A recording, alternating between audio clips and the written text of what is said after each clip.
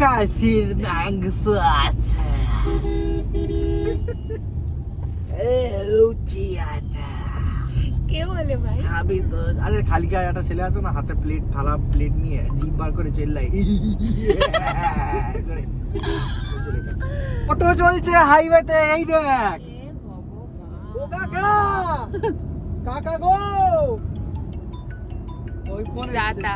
Good morning everyone. আজকে বেরিয়ে গেছি কলকাতার বাইরে।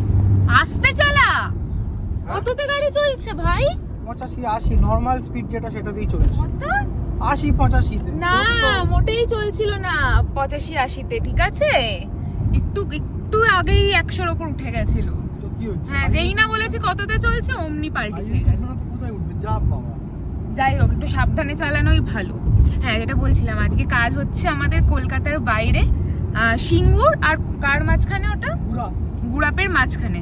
তো বেরিয়ে পড়েছি, অনেক সকালে বেরোনোর কথা ছিল, বাট সকালে অত সকালে উঠতে পারিনি, প্রচন্ড ঠান্ডা লাগে, তাই বেরোতে বেরোতে 11টা-11:30 হয়ে গেছে। এখন টাইম দেখাচ্ছে 1:45-এর মধ্যে ওখানে ঢুকে যাব।